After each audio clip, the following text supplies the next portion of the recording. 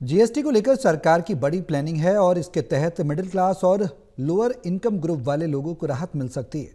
सूत्रों से मिली जानकारी के मुताबिक जल्द ही जीएसटी में बड़ी राहत दी जा सकती है और केंद्र सरकार जीएसटी रेट्स में कटौती कर सकती है।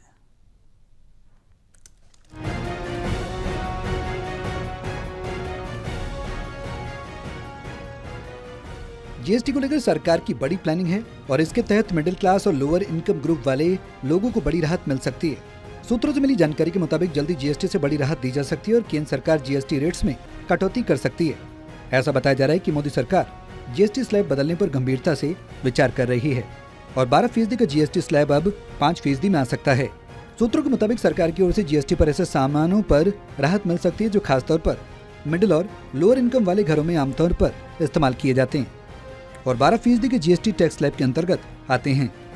सरकार अब विचार कर रही है ऐसे अधिकांश सामानों को या तो 5% के टैक्स स्लैब में ट्रांसफर किया जा सकता है या फिर इन पर लगने वाला 12% का स्लैब ही समाप्त किया जा सकता है।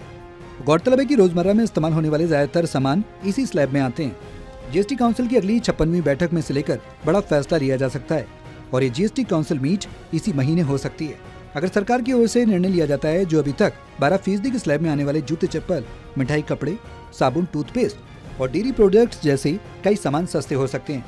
इसके अलावा पनीर, खजूर, सूखे मेवे, pasta, jam, packaged food, juice, नमकीन, छाते, टोपी, साइकिल, लकड़ी से बने फर्नीचर, पेंसिल, जूट या कपास से बने हैंडबैग, शॉपिंग बैग भी इसमें शामिल हैं। साल 2017 में जीएसटी लागू किया गया था और बीते कारोबारी दिन 1 जुलाई को ही इसने 8 साल पूरे किए हैं। देश में जीएसटी दरें जीएसटी काउंसिल द्वारा तय की जाती है और उनमें बदलाव के किसी भी फैसले में राज्य और केंद्र शासित प्रदेशों में प्रतिनिधि भी शामिल रहते हैं। बात करें भारत में जीएसटी स्लैब्स के बारे में तो अभी 4 जीएसटी स्लैब हैं, 5%, 12%, 18% और 28%।